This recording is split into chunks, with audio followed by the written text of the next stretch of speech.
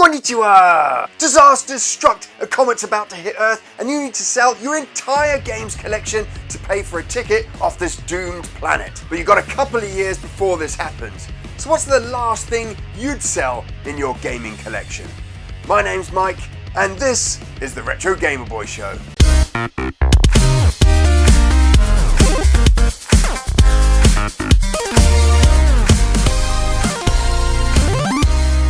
Welcome back, and I'm really happy to say that today's show is sponsored by retroprotect.co.uk.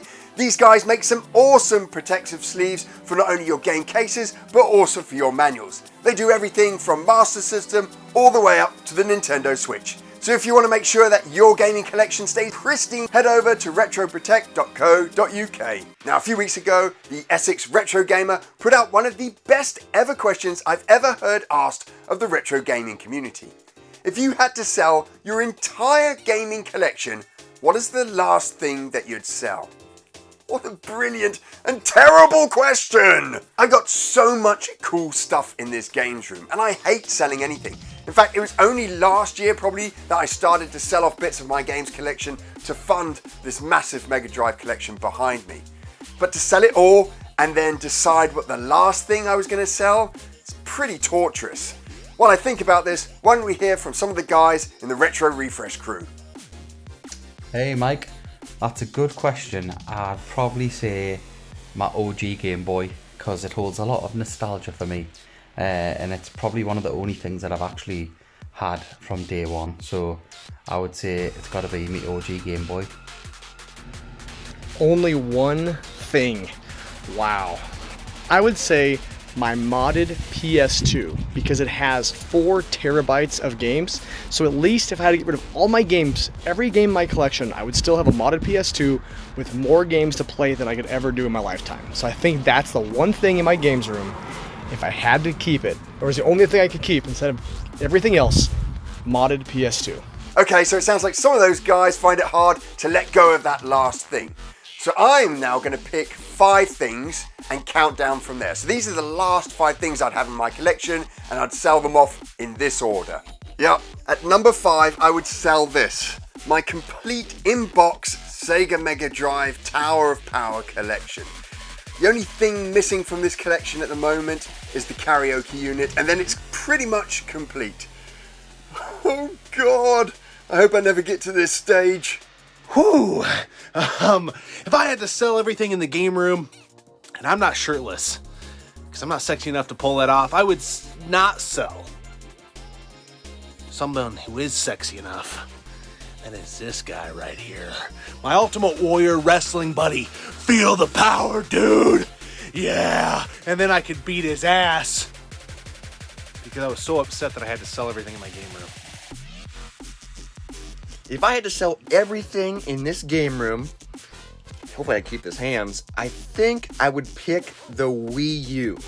Since Wes did not pick anything video game related, I have to pick something that we can still play. Definitely the Wii U, because the amazing library, it's hackable, which we haven't done yet, but we will. And I just feel like it's going to keep going up in price. And I love it. Touchpad? Wii U? That's my pick. If not, I'll just keep this hand. Now, it might have been a surprise that the Mega Drive setup wasn't at number 1, but that's something that if I had to then go back and rebuy it, it's obtainable. The next 4 are going to be things that are impossible or extremely hard to get back into any kind of game collection. And at number 4, we have this. This is a signed piece of artwork by Kinji Nafune. Now, he is one of the creators behind Mega Man, or Rockman, and he came to Sony while I was working there, and we presented games that we were both working on. He was working on a game called Soul Sacrifice, and I was working on the Book of Spells for the PlayStation 3. Now, while he was there, I took the opportunity to get this unique bit of artwork here signed by him, and it sits nicely up on my wall over there. I only get to keep one thing. That's a shit idea. Well, if I only got to keep one thing, I would have to keep Solid Crusader Ascenti, and that's only because that way Mike doesn't get this copy. That's immaculate. and in fantastic condition. Booklet as well, and cartridge. So that's just a middle finger to you, Mike. The third to last thing to leave my collection is this, my Katamari Damacy limited edition first for figures figure. It's one of 250, maybe 300 figures ever made. I absolutely love this game.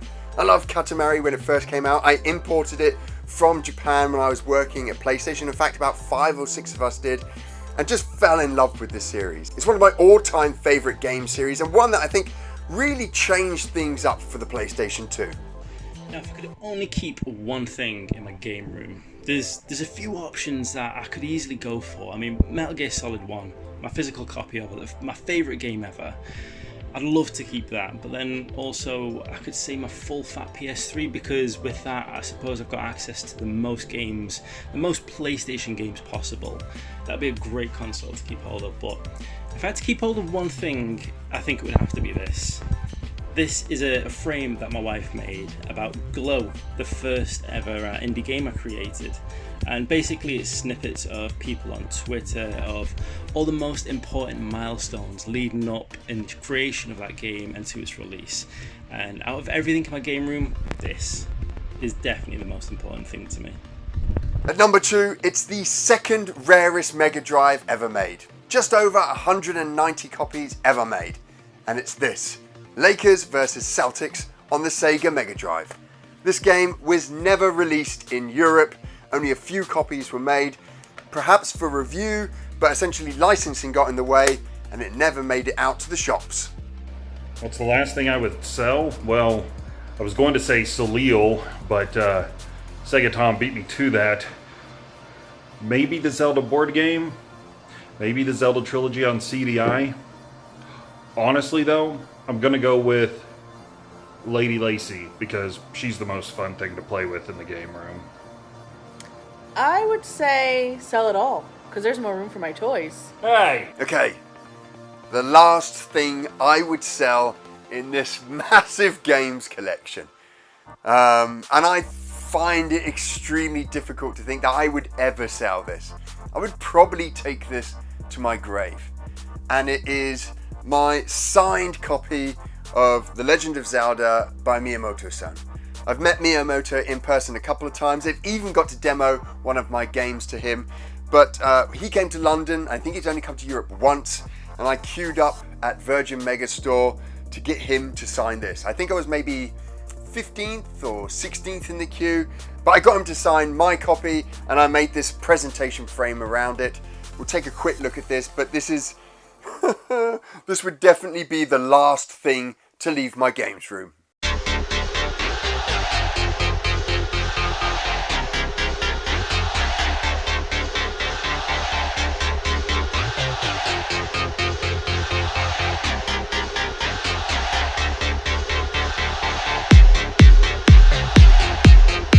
This is Miyamoto-san signing my copy.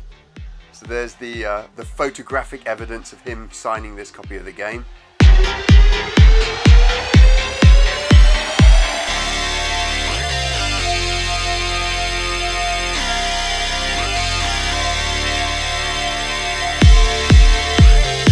So a huge thank you to Essex Retro Gamer for that question. Please go check out their channel. They have a stunning retro gaming collection. I'm so envious of some of the stuff they've got in their room there. If you want to check it out for yourself, you can do that by checking a link that I've put into the description below. So let's pass on the question. If you had to sell your entire games collection, what is the last thing you would sell? If you've enjoyed today's show, then why not consider subscribing? You can do this by clicking on a little button just below this video. And we make brand new retro gaming videos every single Monday. And so that you never miss one, you can also click on a little bell, also just below the video. And if you can't wait until Monday, don't worry, we've got you covered with a huge back catalogue of retro gaming videos, two of which you can watch over here.